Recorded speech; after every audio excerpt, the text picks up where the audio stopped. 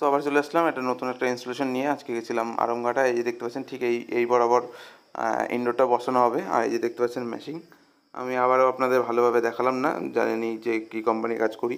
এই দেখতে পাচ্ছেন এই সানসেটের উপরে ফটোটা আসবে। কাস্টমার বললো যে ডান দিক চেপে বসাতে। সো আমি কাস্টমারকে পরে আলাদা একটা জায়গায় বসাতে বলেছিলাম, কাস্টমারও রাজি হয়ে গেছিলো।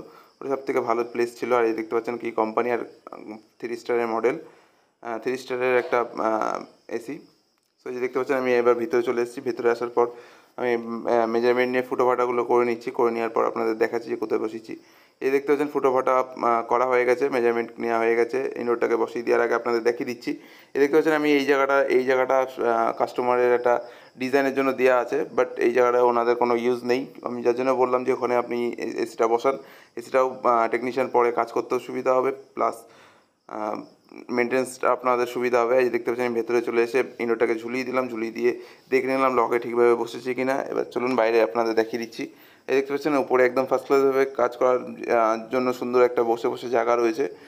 যে কোনো টেকনিশিয়ান আরামসে কাজ করতে পারবে। এখানে মেশিনটা চড়ানোই ওঠানো একটু মুশকিল হয়ে যাচ্ছিলো, তার জন্য আমাকে একাই তুলে দিতে হলো মেশিনটাকে। এই দেখতে পাচ্ছেন আমি কীভাবে তুলছি মেশিনটাকে।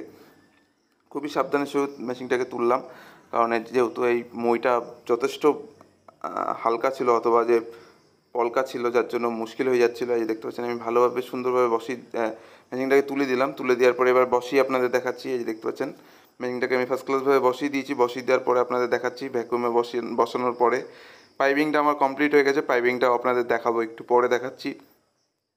তো চলুন এবার আমার পাইপিংটা দেখিয়ে দিচ্ছি আপনাদের। এই দেখতে পাচ্ছেন পাইপিংটা আমি একদম একটুখানি নিচের স্লোপে নিয়েছি, যাতে জল এখানে পড়বে না, তবু একটু নিচের স্লোপের দিকে নিয়েছি, যাতে মেশিনটা না নড়ে অথবা পাইপ যেন না নড়ে লিক হয়ে যায়। যতটা পেরেছি সাটিয়ে নেওয়ার চেষ্টা করেছি।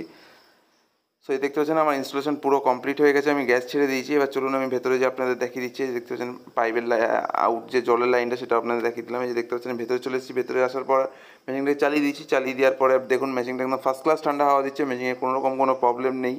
সো চলুন এবার বাইরে যে আপনাদের দেখিয়ে দিচ্ছি কীরকম কী পাইপিং রয়েছে। দেখিয়েছি আগে, তা আবার দেখিয়ে দিচ্ছি। এই দেখুন যতটা পেরেছি একদম দেয়ালের সাথে সাটিয়ে অথবা নিচ দিয়ে নেওয়ার চেষ্টা করেছি, যাতে কোনোভাবে লিক হওয়া যাওয়ার চান্স না থাকতে পারে। এই দেখছেন মেশিন একদম ফার্স্ট ক্লাসভাবে রান করছে। মেশিনে কোনো রকম কোনো প্রবলেম নেই। আমার ইনস্টলেশন আপনাদের কেমন লাগে অবশ্যই আমাকে একটু জানাবেন, জানালে একটু মোটিভেট হওয়া যায়। Thank you for watching.